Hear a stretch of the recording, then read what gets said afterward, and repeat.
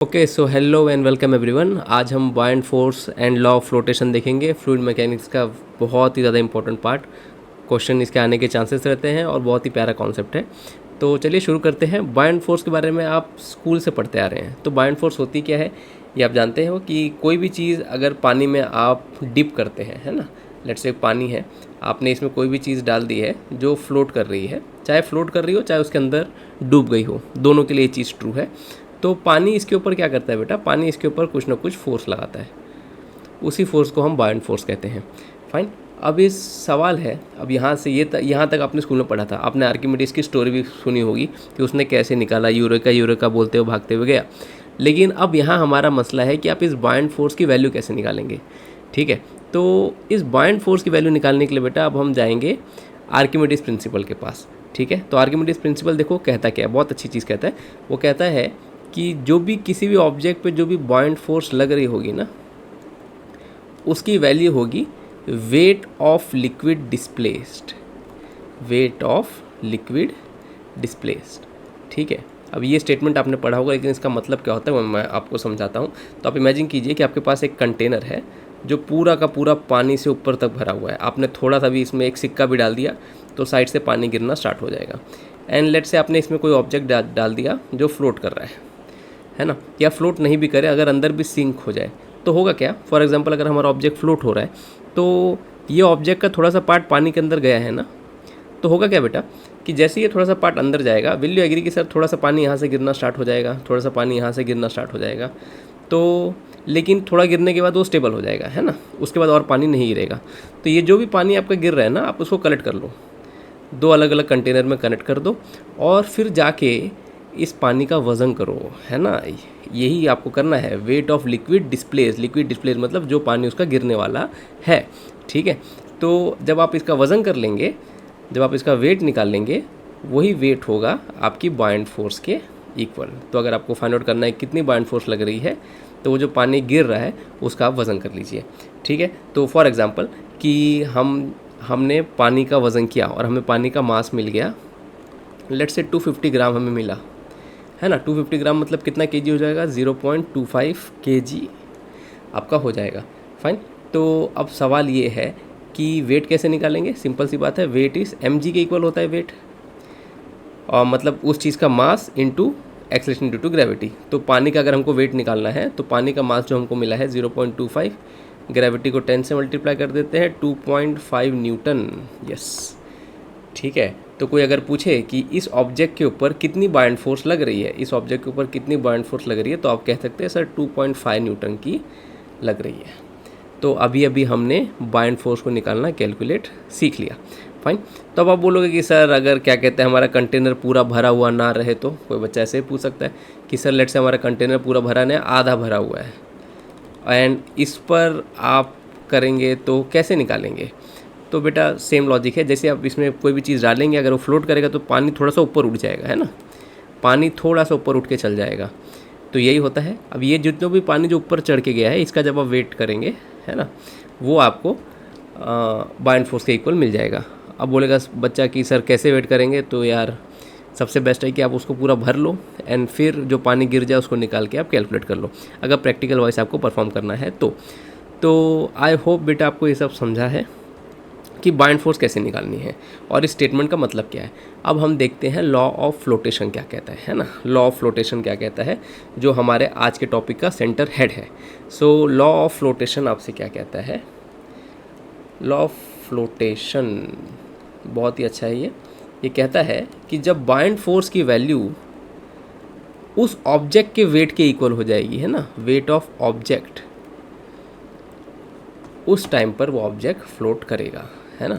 So what does that mean कि let's say कोई भी ऑब्जेक्ट है, ये किसी कंटेनर में वो फ्लोट कर रहा है ना, तो उसके ऊपर कुछ ना कुछ बायंट फोर्स लग रही है और कुछ ना कुछ उसका खुद का वेट है, ऑब्जेक्ट का mg है ना।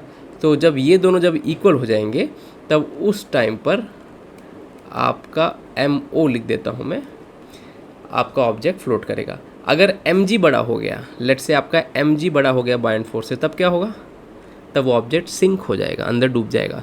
और let's say buoyant force mg से बड़ी हो गई, तो उस टाइम पे क्या होगा, आपका वो जो ऑब्जेक्ट होगा वो ऊपर नीचे परपेचुअल मोशन करता रहेगा।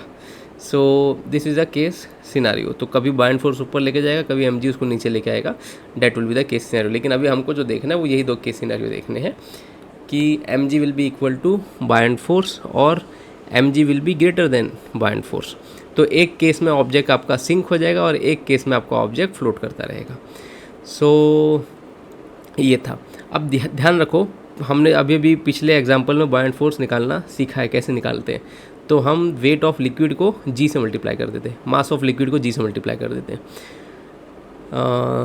आई होप यहाँ तक आप समझ गए अच्छे से, ठीक है। सो अब यहाँ पर हम आगे बढ़ते हैं। अब देखो थियरी कैसे हम डेवलप करते हैं आगे जाके। तो बाइंड फोर्स जो था बेटा आपका, हमने देखो वैल्यू कैसे निकाली थी। हमने मास ऑफ लिक्विड लिया था जो डिस्प्लेस हुआ था into acceleration due to gravity, that was equal to buoyant force. And अगर वो चीज़ क्वेश्चन कहता है कि फ्लोट हो रही है, so this will be equal to mass of object times of acceleration due to gravity. तो mass of liquid will be equal to mass of object. This is very important. Only when this condition will match the substance will float. अब mass of liquid कैसे निकालेंगे?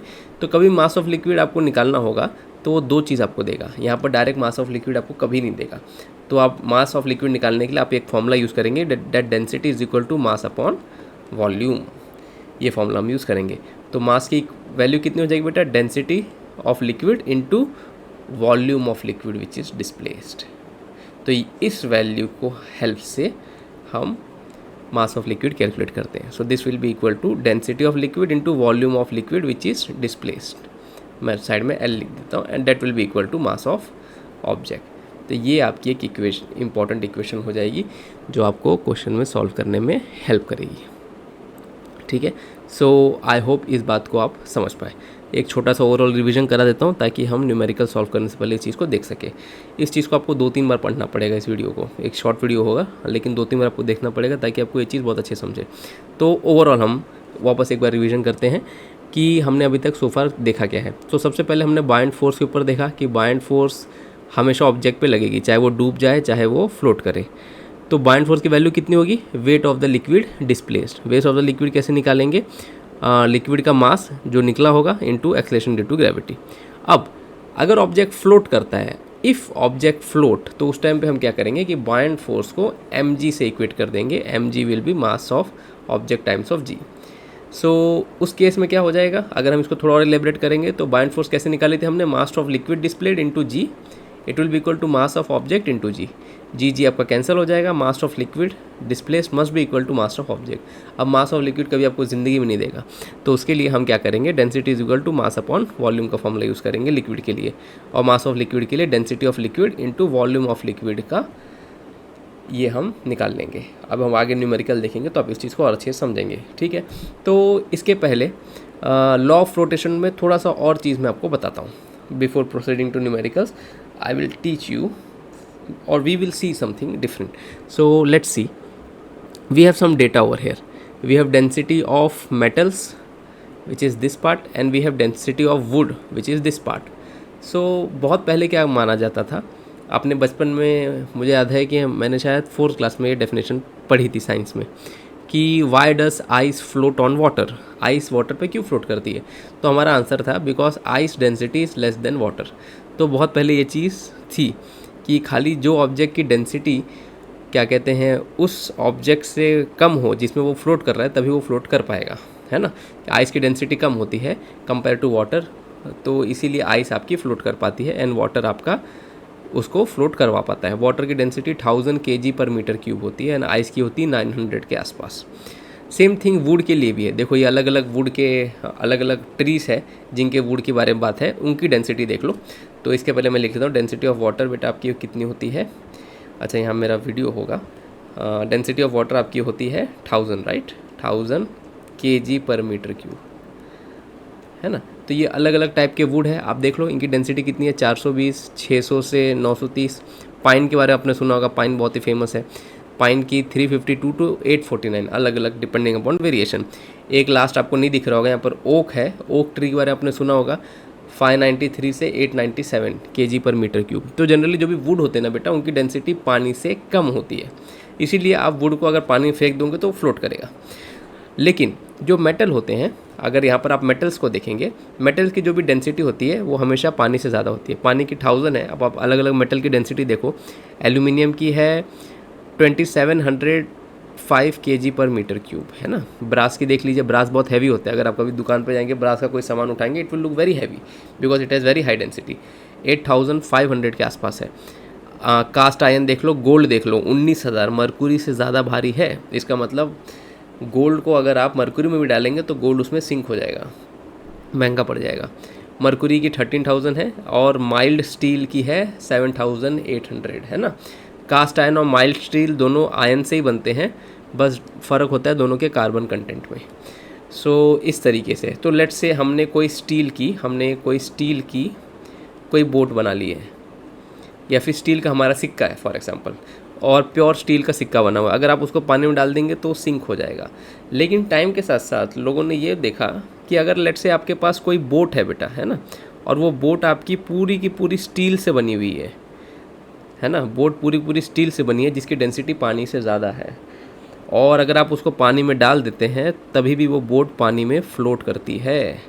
ऐसा क्यों होता है कि ये जो बोट है, जो एक ऐसे मटेरियल से बना है जिसकी डेंसिटी पानी से ज़्यादा है, फिर भी वो पानी में फ्लोट करती है। तो जो हमने पहले सीखा है, क्या वो गलत है कि an object will only float if its density is less than water. तो यहाँ पर आपका एक नया एक स्टेटमेंट आता है, वो ये कहता है कि density of object should be less than density of water, है ना।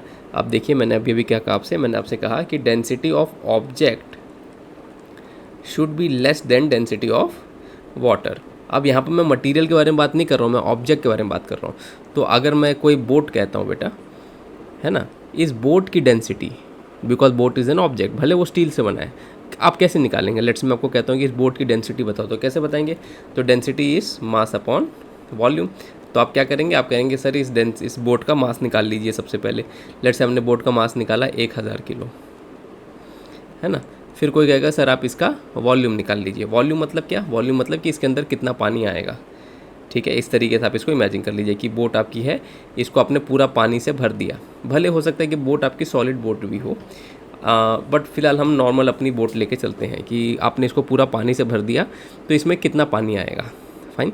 सो लेट्स से हमारा बोट का वॉल्यूम मिलता है हमको 500 मीटर क्यूब।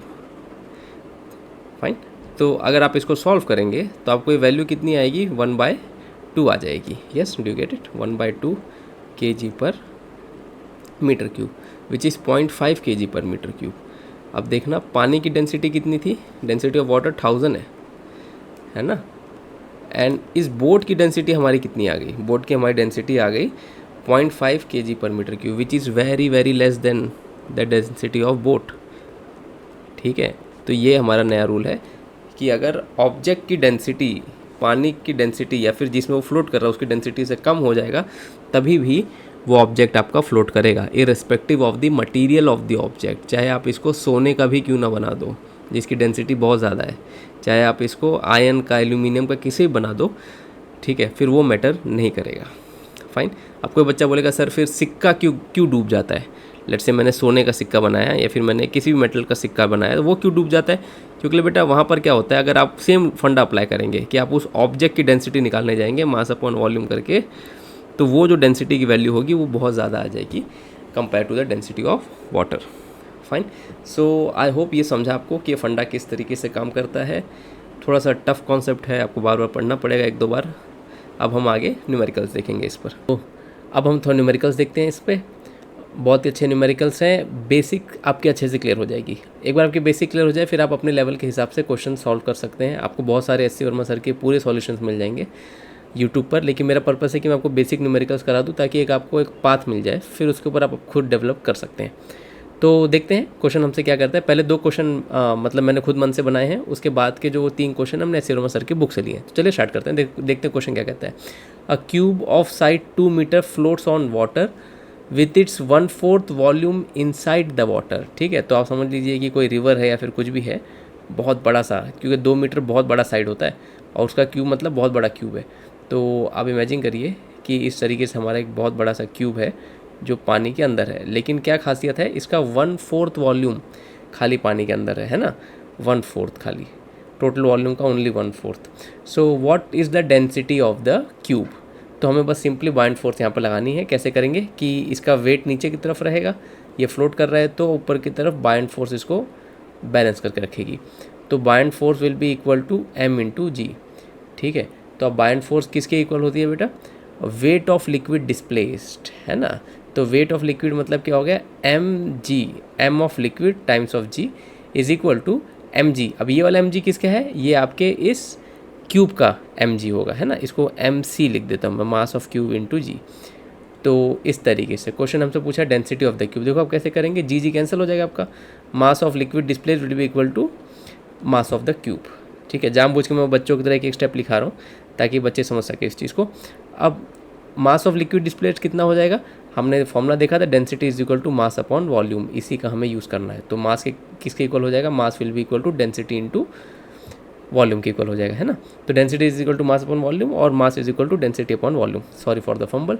तो अब मास ऑफ लिक्विड कितना हो जाएगा, density of liquid into volume of liquid, है ना।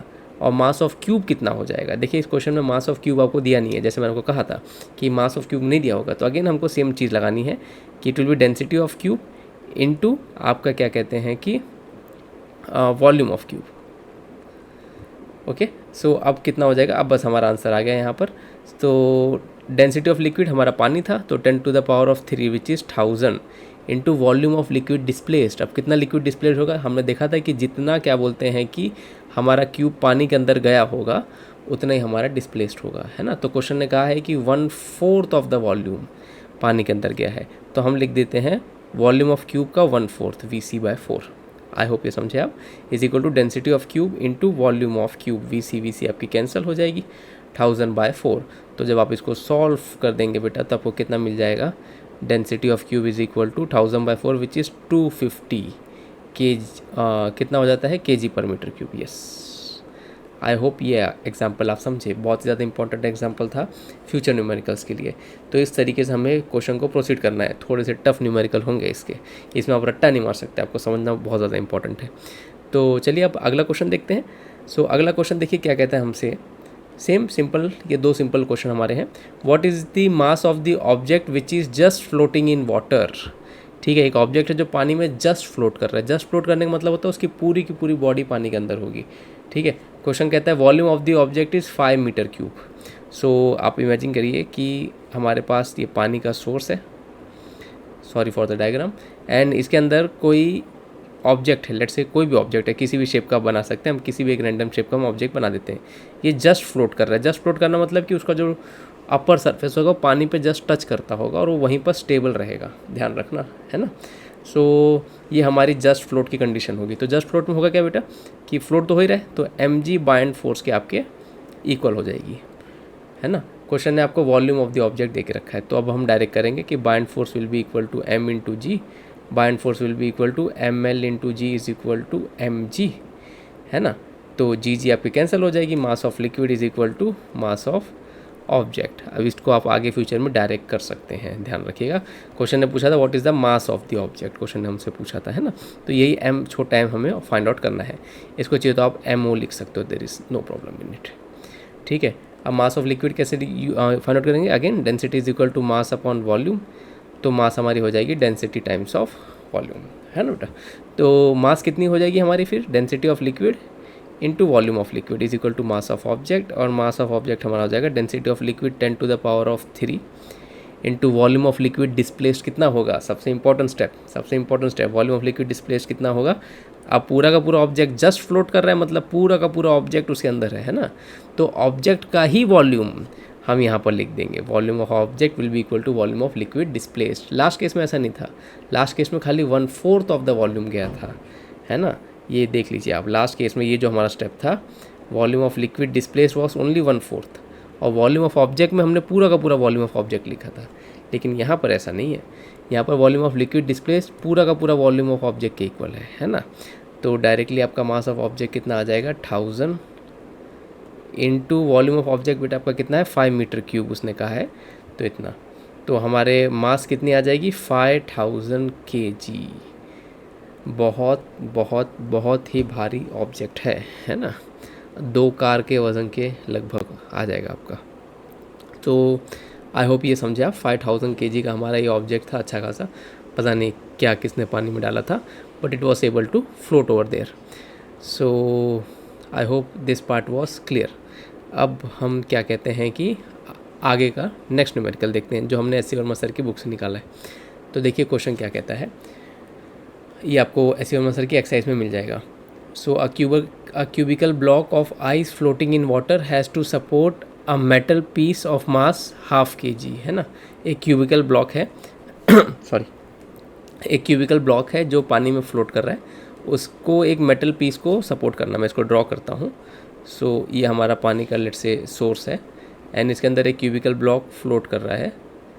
ओके, सो अब क्यूब है तो ये आइस का बना हुआ है ना, तो आइस तो हमेशा फ्लोट करनी ही करनी है वहाँ पर, लेकिन हमने क्या कर दिया है, उसके ऊपर हमने थोड़ा सा वज़न डाल दिया है। अब ये वज़न क्या करेगा, आइस को थोड़ा अंदर पुश कर देगा। अगर ये वज़न बहुत ज़्यादा हो जाएगा तो क्या होगा, आइस सिंक भी हो सकती है। ठीक है, इसको आप ध्यान रखिएगा क्योंकि वज़न को हमने यहाँ पर बांध दिया है। What can be the minimum edge of the block, block की एज कितनी हो सकती है, so that does not sink in water. Okay, तो ये ब्लॉक अंदर नहीं जाना चाहिए, ठीक है, so that does not sink in the water. तो ये सिचुएशन जो होगी, अगर हम रियल में ड्रॉ करेंगे बेटा, तो हम ऐसे ड्रॉ करेंगे कि जो हमारा आइस का क्यूब है वो पानी में जस्ट फ्लोट करे, ध्यान रखना। ये हो जाएगी उसकी minimum edge of the ice cube जिसके ऊपर आपका मेटल फास्टन है। ओके, अगर इससे थोड़ा सा और बड़ा साइज़ का होता अगर आइस क्यूब, तो वो अंदर चल जाता। ठीक है, सो ये वाला केस है हमारा, ये वाला जिसमें हमारी क्या बोलते हैं ऑब्जेक्ट पूरा का पूरा उसमें रहेगा। So specific gravity of ice दे के रखा है 0.9। स्पेसिफिक ग्रेविटी ऑफ आइस से डेंसिटी ऑफ आइस कैसे निकालेंगे, 1000 का फैक्टर मल्टीप्लाई कर देंगे। तो ये आप ध्यान रखना, कभी भी किसी भी ऑब्जेक्ट की स्पेसिफिक ग्रेविटी दी होगी और उससे उसकी डेंसिटी निकालनी होगी तो हम 1000 का फैक्टर मल्टीप्लाई कर देते हैं। तो डेंसिटी ऑफ आइस कितनी हो जाएगी, उसकी स्पेसिफिक ग्रेविटी इंटू 1000, तो डेट इज़ 0.9 इंटू 1000, आपकी इसकी वैल्यू आ जाएगी 900 kg पर मीटर क्यूब,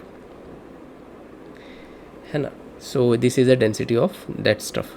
अब उसके बाद हमको देखते हैं मिनिमम एच पूछा है, मतलब क्या, वॉल्यूम आपको निकालना है, volume of the ice cube निकालना है और उस volume of the ice cube से आपको उसकी एज मिल जाएगी, क्योंकि क्यूब है, क्यूब का वॉल्यूम L क्यूब होता है। तो देखिए इसको कैसे सॉल्व करेंगे। तो आपका वेट mg नीचे की तरफ लगेगा और ऊपर की तरफ आपको बाइंड फोर्स लगेगी, है ना। तो बाइंड फोर्स जो होगी वो दो चीज़ों की इक्वल होगी। पहला तो वेट ऑफ आइस क्यूब, है ना, MIG लिख देता हूँ मैं इसको। दूसरा होगा ये जो उसके ऊपर जो वज़न रखा हुआ है हमने छोटा सा, इसका भी मास होगा, है ना, मास ऑफ मेटल पीस। तो और वेट ऑफ मेटल पीस, तो वेट ऑफ मेटल को मैं M से ही लिख देता हूँ इंटू जी को आप कैंसिल कर सकते हैं। बाइंड फोर्स हो जाएगा, मैं डायरेक्ट लिखता हूँ इसको, it will B density of liquid into volume of the object और लिक्विड डिस्प्लेस। यहाँ पर liquid displace volume of object equal हो जाए क्योंकि पूरा का पूरा ऑब्जेक्ट आपका पानी के अंदर है। This will be equal to, और इंटू जी था, यहाँ पर एक जी भी होता है, वो जी सब जगह से कैंसिल हो जाएगा। तो इस तरीके से हो जाएगा। तो आपके पास फाइनली बचेगा क्या बेटा, यहाँ पर आपको जस्ट अ सेकेंड, अगर आप इसको सॉल्व करेंगे तो जी कैंसिल होगा, density of liquid into volume of liquid is equal to MI which is mass of ice plus MM which is mass of metal. तो मास ऑफ आइस हमें नहीं पता है, ठीक है। अगेन हम लगाएंगे हमारा फॉर्मूला कि mass is equal to density times of volume, है ना। सो अब इसको थोड़ा सब्स्टिट्यूट कर देते हैं। मास ऑफ लिक्विड आपका था 1000, है ना। वॉल्यूम ऑफ लिक्विड डिस्प्लेस कितना होगा, पूरा का पूरा वॉल्यूम ऑफ आइस क्यूब के इक्वल होगा, है ना। तो हम volume of ice cube complete, क्योंकि पूरा का पूरा आइस क्यूब आपका पानी के अंदर है, is equal to mass of liquid कितना हो जाएगा, मास ऑफ आई, ठीक है। मास ऑफ आइस कितना हो जाएगा, density of ice into volume of ice. So density of ice into volume of ice, है ना, plus M which is mass of metal piece, जो था आपको दिया था क्वेश्चन में 0.5 kg। So I can say this is 0.5 kg। I hope ये बात आप समझ रहे कैसे करेंगे। बस हो गया फिर आपका सॉल्यूशन। यहाँ पर ये हो जाएगा 1000 VI, ये हो जाएगा अभी हमने दिखा डेंसिटी ऑफ आइस कितनी थी आपकी 900 VI प्लस 0.5, है ना। अगर सॉल्व कर देंगे तो कितना आ जाएगा, 100 VI is equal to 0.5 and volume of ice कितना आ जाएगी बेटा आपको 0.5 डिवाइड बाय 100। थोड़ा और अच्छे से लिखेंगे तो ये आ जाएगा 5 × 10⁻³ मीटर क्यूब। आई होप ये बात आप समझ रहे हैं। अब आप इस वॉल्यूम के हेल्प से आप उसका साइड निकाल सकते हैं। तो अब अगर ये क्यूब है बेटा, तो क्यूब के बारे में आप जानते हैं कि क्यूब की जो साइड होती है वो एल क्यूब होती है ना। तो V I is equal to L cube which is 5 10 to the power of -3 is equal to L cube. आप क्यूब रूट ले लेंगे तो एल का जो आपको आंसर आएगा वो आएगा 0.171 मीटर विच इज़ 17.1 सेंटीमीटर। अब ये आंसर तो मैंने याद कर लिया था। आप बोलोगे सर मैं कैसे 5 का क्यूब रूट निकालूंगा एग्ज़ाम में? तो एग्ज़ाम टेंशन मतलब एग्ज़ाम आपको ऐसी वैल्यू देगा जिसका आप डायरेक्ट आंसर निकाल सको। ठीक है, हो सकता है आपको दिया हो L cube is equal to 9, आपको पता है कि L is equal to 3।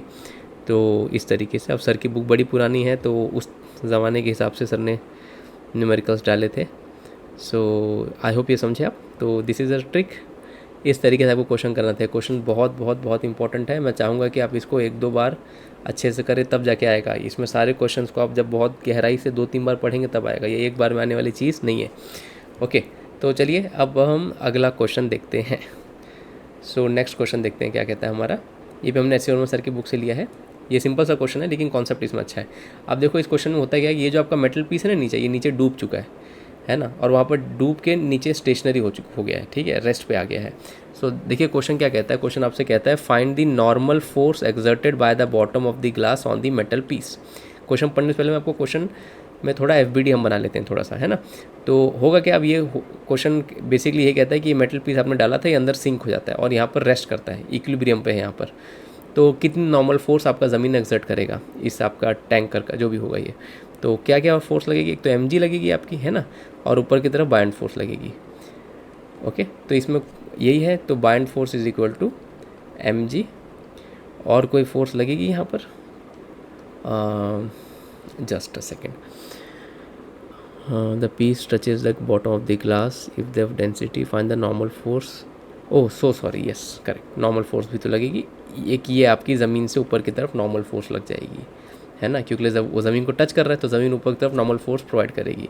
Newton's laws of motion का हमारा छोटू सा प्यारा सा कॉन्सेप्ट, ठीक है। Normal force plus buoyant force is equal to mg हो जाएगी। अब नॉर्मल फोर्स ही निकालनी है तो it will B mg minus buoyant force. अब जाहिर सी बात है अगर ये ऑब्जेक्ट डूब गया है तो इसकी जो वेट होगा which is mg, it will be greater then buoyant force, तभी तो डूबा है ना। तो नॉर्मल फोर्स वापस में फॉर्मूला लिख देता हूँ, mg माइनस बायंड फोर्स आप कर देंगे। mg आप क्वेश्चन पढ़ते हैं हम, ठीक है, सॉल्व करने के लिए। सो क्वेश्चन कहता है metal piece of 160 gram lies in equilibrium inside the glass of water. Okay, 160 gram का था, तो मास कितना हो जाएगा बेटा, 0.16 kg, है ना, इंटू जी आप कर देंगे। जी को हम 10 मांग के सॉल्व कर लेते हैं। Okay, the metal piece touches the bottom of the glass at small number of points if the density of the metal is 8000 kg per metre cube, है ना। तो डेंसिटी ऑफ मेटल आपको दे के रखी है, तो बायंड फोर्स में निकालने में काम आएगी। तो बायंड फोर्स आपकी किसके इक्वल हो जाती है, it is equal to density of the liquid into volume of liquid displaced into g को हम 10 बोल देंगे, है ना।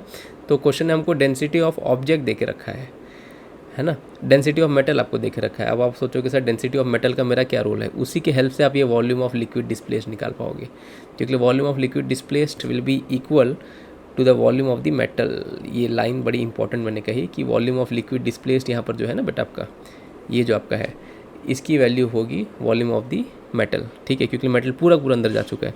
अब हम क्या करेंगे, हमारा पुराना formula density is equal to mass upon volume, volume is equal to mass by density, ठीक है। तो ऑब्जेक्ट का मास हमको पता था, ऑब्जेक्ट का मास था 0.16 kg, हमेशा kg में डालना है, डिवाइड बाय उसकी डेंसिटी दी थी 8000, यही आपका वॉल्यूम ऑफ ऑब्जेक्ट हो जाएगा बेटा, है ना। और यही volume of object will be equal to volume of liquid displace, क्योंकि पूरा का पूरा ऑब्जेक्ट आपका पानी के अंदर मज़े में डूबा हुआ है ना।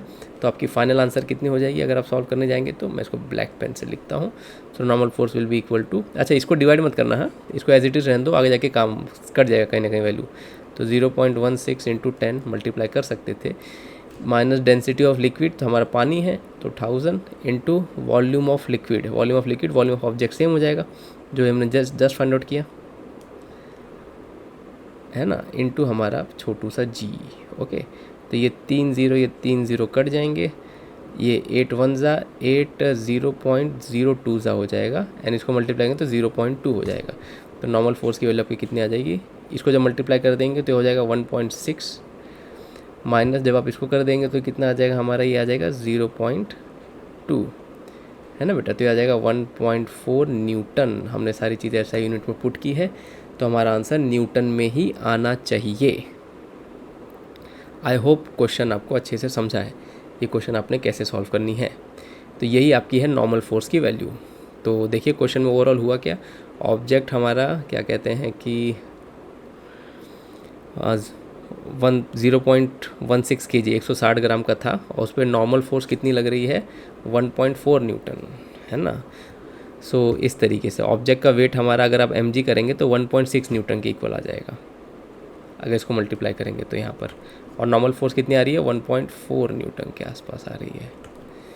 ओके, तो इस तरीके से था आपका। आई होप ये क्वेश्चन को आप अच्छे से समझ पाए, ठीक है। और जो थोड़ा सा जो बचा हुआ लास्ट का पार्ट है जो छूट गया है, विच इज़ बाइंड फोर्स लेके चलेगा, विच इज़ 0.2 न्यूटन। जब आप सारों को इक्वल कर देंगे सबके सबको तो 1.6 न्यूटन आ जाएगा।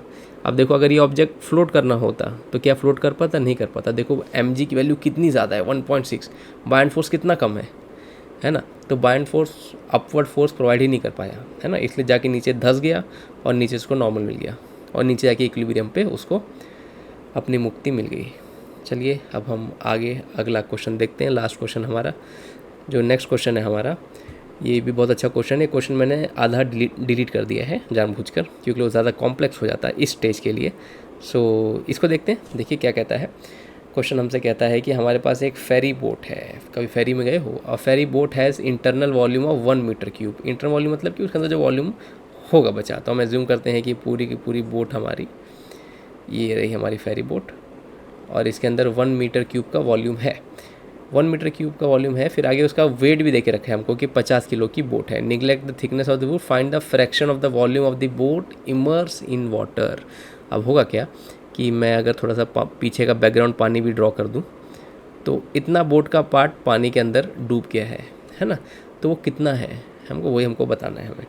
सो बस आराम से कर लेंगे इस क्वेश्चन को। कैसे करेंगे हम, तो नीचे की तरफ उसका वेट लगेगा, ऊपर की तरफ उसकी बेटा क्या लगेगी, बाइंड फोर्स लगेगी।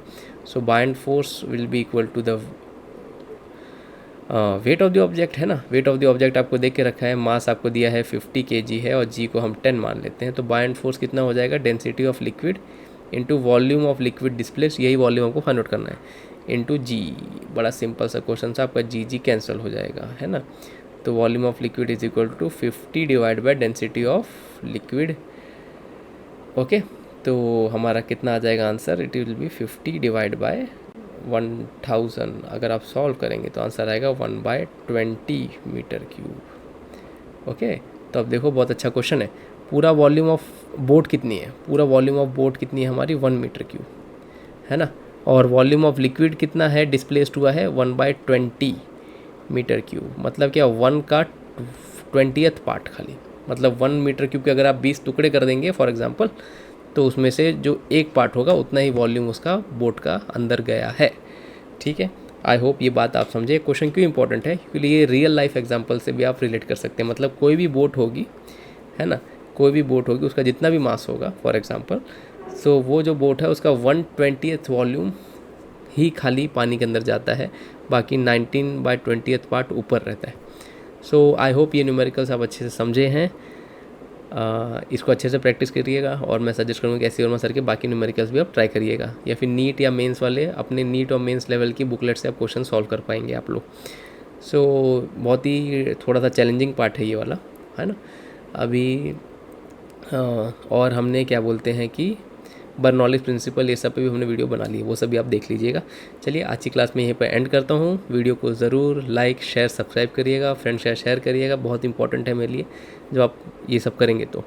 सो thank you so much everyone, take care of yourself, will see you in the next video.